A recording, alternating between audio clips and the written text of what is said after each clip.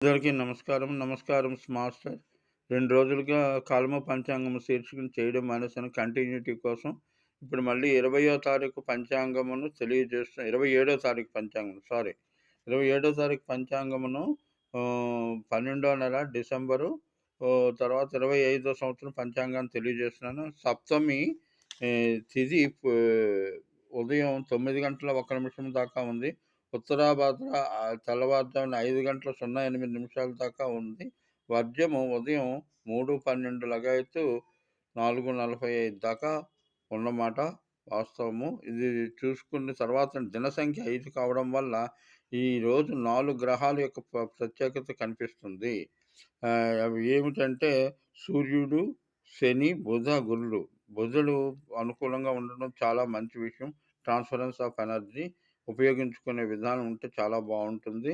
ఇక ఏంటంటే